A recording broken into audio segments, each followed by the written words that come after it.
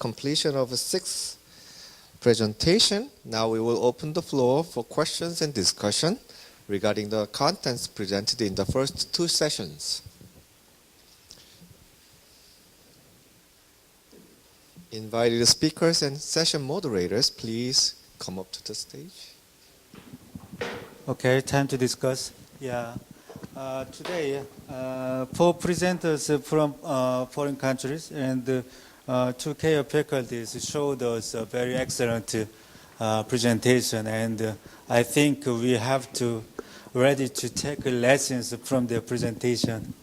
And anyway, give them a big round of applause again. Thank you so much, presenters. Because of the time leakage, so we just have about 15 minutes? 20, okay, thank you. And I'm going to make a discussion like these three steps. The first, I'll summarize the six presenters' presentation very, very briefly. And second, free discussion with presenters. If you have any comments or if you have any question, to ask them first. And then I'll give you, the audience, the chance to make a question freely. Is it okay? No? For the first session, three presenters. Professor Ming from NUS showed us Singapore situation, something like high density and current energy consumption problems. And so I feel NUS is trying to make a solution to confront the Singapore situation, and they are adapting the 3-year bachelor and 2-year master system, 3+2. It's something like the British system, right? Actually, it's 4+1. 4+1. Sorry, I misunderstood. It's, yeah. Well, we are in a very awkward situation because our accreditation body is also the RIBA, British Institute. Yeah. Right. So first 3 years, students do go for external exam. Yeah. After that, they go to the fourth year. Mm-hmm. Fourth year is a year whereby they decide the different program they go through. And then after the fourth year, they get a first degree, master. Correct. Right. And then they go on to masters. Okay. Yeah. Actually, we are trying to get a system like that. We are 5-year bachelor and 2-year master system, but that's too long. So we are trying to have a 1-year master system, but it's not accepted by government yet. But anyway, we are trying. I envy you. Actually, we're not. I mean, that 5-year works because we are using the summer. Yeah. To have certain activities. Maybe 1.5. So yeah, correct. Mm-hmm. Okay. And the second presenter from University of Tokyo, Professor Manabu Chiba, and Professor Chiba showed us the Tokyo University old professors' traditions, and they are also adapting 4-year system, and he introduced very detailed curriculums. And some of the curriculum is very like our KU program. And the impressive thing is after March 11 earthquake, and all of the architects and the professors are trying to confront with the disaster and trying to provide a solution. It's very impressive. And the third presenter is Eunice from KU, and she showed us a 5-year program curriculum and the Korean University facilities and also problems. Yes. And the second session is urban planning and design.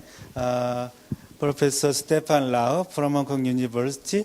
He also show the Hong Kong context, something like harborfront development and many hills and the density, and also show those current urban design project, which is, I feel they are the sort of solution to solve the Hong Kong context. Right? And I also asked him the HKU curriculum or education method or education goal very briefly here and after my comments. Is it okay? Yes. And the second speaker for the urban planning and design session is from Tsinghua University, Professor Bian Lanchun. And he showed the Tsinghua University tradition, and from the Professor Yang Si-chun. The Korean name is Yang Sa-sung. Yeah, he's also famous in Korea, and like Gencho Danke in Tokyo University. And the Tsinghua University also have a 5-year system like KU. And the impressive thing is for solving China's situation, actually the urbanization ratio is around 50%. You are trying to have to urban planning and rural planning at the same time. So that's the very specific thing for me. And also the interesting thing is 4 types of schools all over China, something like forest type, engineering type, and the science type, and the management type. Yes, it's very impressive. And the final presenter is KU, Daniel. And he showed us the Korean curriculum change. Actually, the urban design area was developing with Korean national government policy and the stage of urbanization and also renewal. For Korea University, the first professor of urban planning and design, Professor Yang Dong-yang, was invited, I remember, 1982. Yes, and at that time, the national need was to create more and more new towns and more urbanization and urban renewal in Seoul at the same time. So that there are so many needs for making urban designers and planners. And of course, nowadays the needs is different. Yeah, and anyway, I introduced several aspects of speakers. And then I'll give the microphone to the presenter. Sorry. Before that, Professor Lau, could you introduce Hong Kong University education system briefly? Yes. Thank you. I'm sorry I did not introduce the Hong Kong architectural system, but I'd like to very briefly to make a short report. We have since 1950s started our architectural program based on the UK, the RIBA system. And so far, this is quite a long way that we have came. 2 years ago, we started a major curriculum reform. All the university system in Hong Kong are changed from the 3 years to a 4-year curriculum. So we call that the new first year, we call it the year 0. And then we have the 1, 2, 3. Meaning that the year 0, we want to adopt the North American approach, i.e. year 0, the students cannot do the major. They have to do all liberal education. So this year, that's why we call it 0, because they learn nothing in architecture. So they learn everything but architecture. So the year 1, we will bring the students basically all center on the countryside. So we would want them to learn from the villages, the problems. These are all villages. In China, we don't have any village in Hong Kong left. So we have to go to China. So a lot of villages we go, for example, like Professor Chuba mentioned, some of them are the earthquake areas, some of them are flooded areas, some of them are, so they have different kinds of needs. So the student learn how to make a brick or concrete or timber work, So this is basically the first year. We want them to learn from the village. The second year, we send all the students. We have about 70 students. So one semester, half group go to Shanghai, the other half group in Hong Kong, and then we swapped the next semester. The other half, remaining half, go to Shanghai. So the idea is they will learn from a new city. And we pay for them to stay in hotels. We get donations to sponsor them to stay, because it's quite expensive to have 35 students staying 3 months in Shanghai. And also we have to fly the teachers, or we have to invite teachers in Shanghai who are practicing architects to give them the learn about what is Shanghai about. In the third year, they all come back to Hong Kong and do a typical Hong Kong problem, which is a high-rise residential housing. And then the fourth year, then this is the first degree, 0, 1, 2, 3. We give them a bachelor. This is equivalent to the RIBA Part 1. Then they could apply to come back, or they say, I don't want to do architecture. Then if they come back, it's a master. We call them the fourth year master. First year, then we divided the whole studio, about 80 students, into 7 studios. So we have 12 students per studio and doing 7 specialized topics. So, and then in the second semester, we also do 7 individual topics. And then about half of them go out of Hong Kong. So of the year, there are 14 studios. Half of them are all in Asia cities, Japan, China, Vietnam, Taiwan. So the center of the problems of the Asian cities. The other 7 remain in Hong Kong to explore the problems of Hong Kong. And then the 5th year, the final year of the master, then they will do first semester specialized studio, which teach them about how to make dissertation, how to write, how to do research, what is the problem of the society, what is the role of architects, And then the next semester, the final semester, they will do the individual work, and each one have to find their own topic, about 80 of them. Approximately half of them will do like special topics again, like technologies, parametrics, facades, construction systems. Then another 1/3 will do city image. So questioning what is the role of architecture? How can we change the image of the city? So there's a lot of thesis based on phenomenology. For instance, the image of architecture, representation of architecture. So this is also part of my group. And then the rest of them will do all kinds of things like a sustainable city, ecological city, water, climate change, So that concludes the 5 years. Thank you. Thank you so much, Professor Lau. I don't need the digital file. It makes clear. So now the stage 2. If speakers have any question or comments to other speakers' presentation, could you do it, please? Who's gonna first? No? Can I give them a chance? Yeah, okay. Yeah. If you have any question, raise your hands. Okay. Yeah, Kate. Hello, my name is Kate. I'm studying at the PhD program in Korean University. Could you speak louder? Yeah. I'm studying at the PhD program at Korea University Architecture Department, and I have a question to the first speaker or the first section, the Singapore University.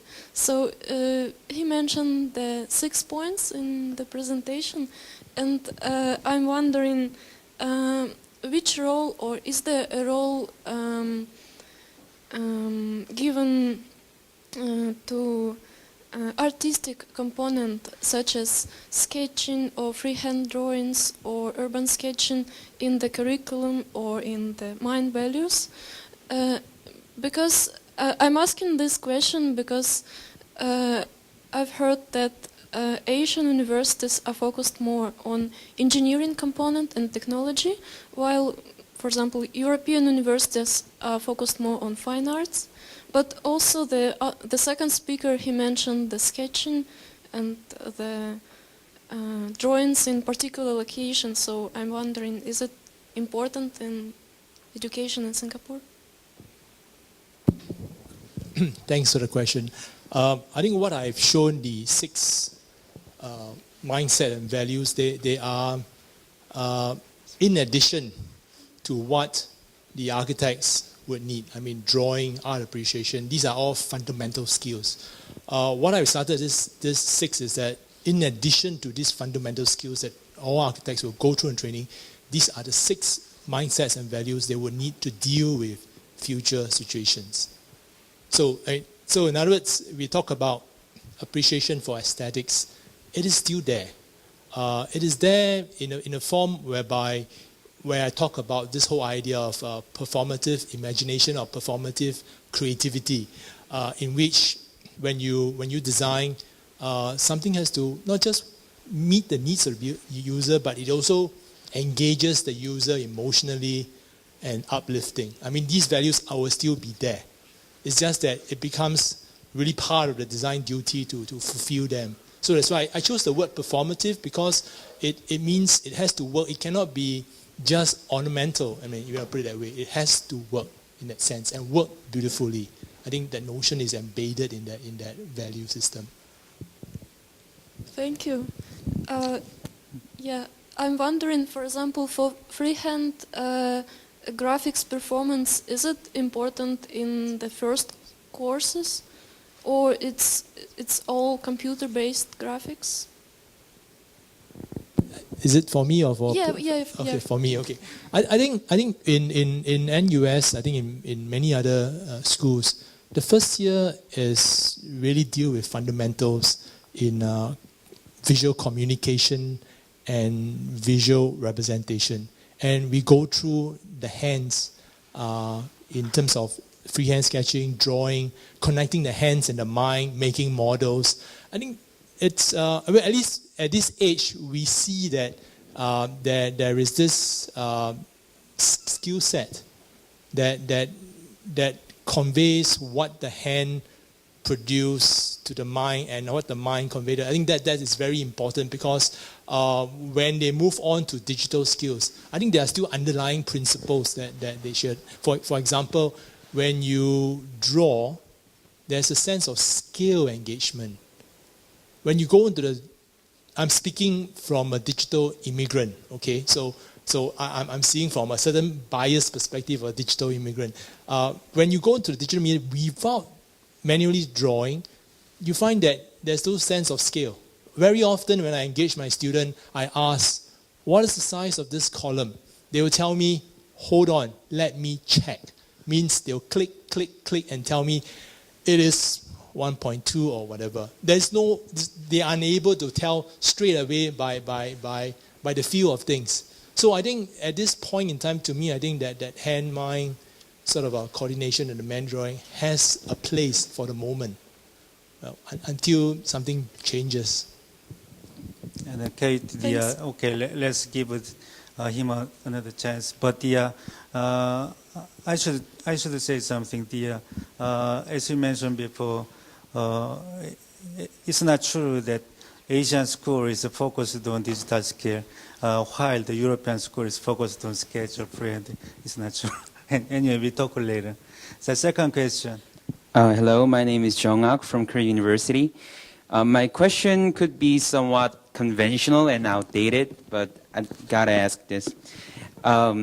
Asian architecture and the urban engineering or urban planning, as you may say, to be honest, they lack of any interest on the historicity and the diversity that each nation has gathered from a long time ago. Let's say all the architecture has become somewhat autonomous and somewhat dull or banal, whereas the ideas on the historicity or the genius loci, or may I say the connectivity between the past and the nowadays, have become somewhat considered luxurious or extravagance. As the Professor Lau from the Hong Kong University said, that how the Hong Kong try to compromise the past and the present, how to compromise the historicity and the modernization, seemed very interesting and very intriguing to me. My question is that now that all the practical problems such as the environment or the overpopulation is become solved, is there any movement in all kind of Asian educational system to emphasize and to lay importance on the historical facts and to reinterpret the historical values of Asian architectures? I mean, Chinese, Japanese, Korean, Singaporean, Hong Kong all have their own unique architectures, traditional architecture programs, but as systems or the customs. But it seems to be on the declining. The diversity is dying. I mean, everyone in this room seems to know Adolf Loos or the Pantheon, the importance of the Renaissance, but no one here knows the importance of asymmetric values of the Korean palaces, or the importance of Tiandans, or the Osaka Palace. So I was wondering, basically I was wondering about the significance of all these historical matters in each of your countries.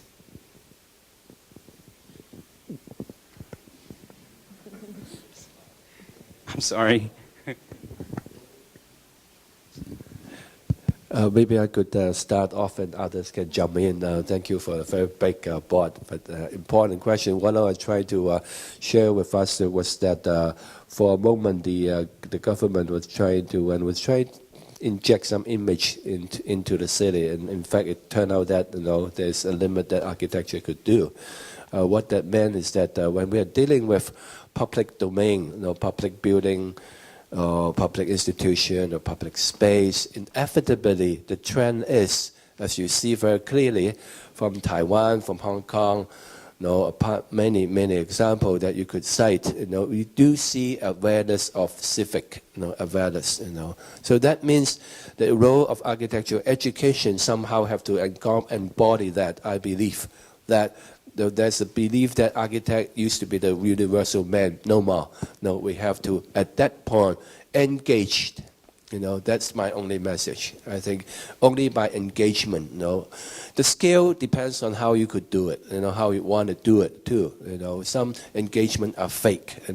But there are at times, very good sort of exchange. If you could make use of it, it will come back with a very good result.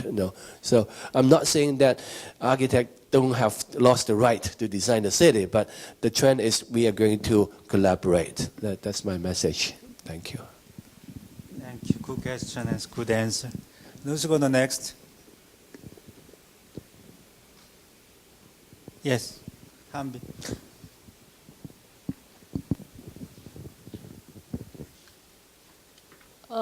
I have a question for Bian Professor. So, the last semester I took a class, and the professor always talk in Korean. They have several smoke days the last winter. So they always talk the smoke because of Beijing. You know, the smoke is very serious in Beijing. So I really want to know what do you think about it.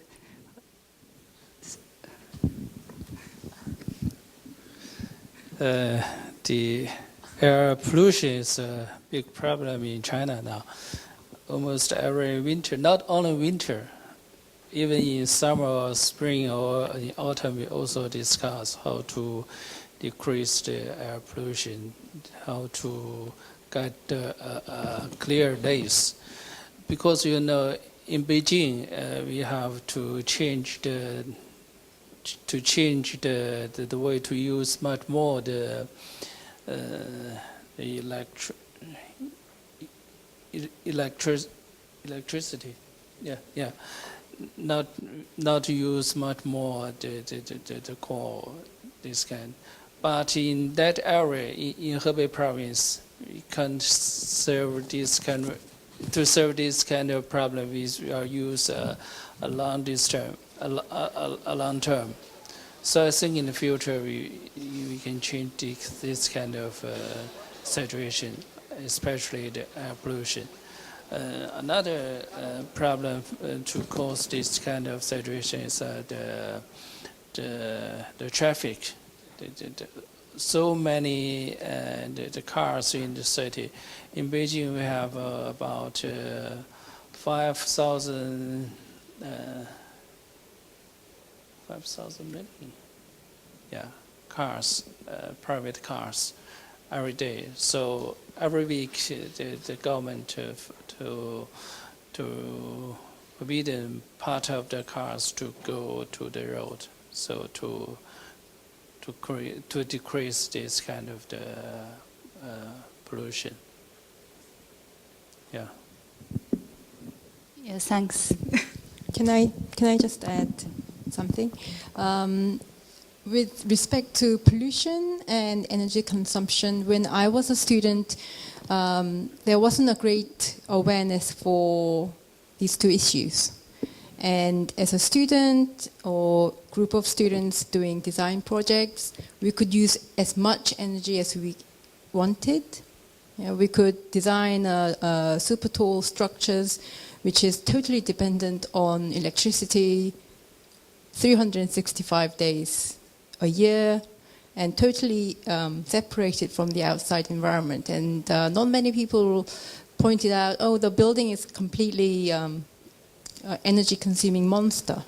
I think during that time, we were more interested in the form of the building. And also, the pollution created by the buildings wasn't really an issue either at the time. This was in the 90s. But as future architects, the current students will have to deal with these issues in a serious way. And it's the role of new buildings to respond to the requirements. And I hope, I just want to add one more thing, that during the 90s, if you did an environment-friendly or green building, energy-saving building, like recycling water, those friends were considered as really weird, like hippies. But now it's completely necessary for all buildings. There is green label, green accreditation to be added to the building. So I think it will take time to make most of the structures less pollutant makers and more energy saving buildings. And maybe in 10 or 15 years, there'll be less smog in Seoul. I can find some famous professionals from outside, mostly Korea University alumni. Do you have any question here? You're not Korea University alumni, but I'll give you a chance. Yeah. Okay, you do.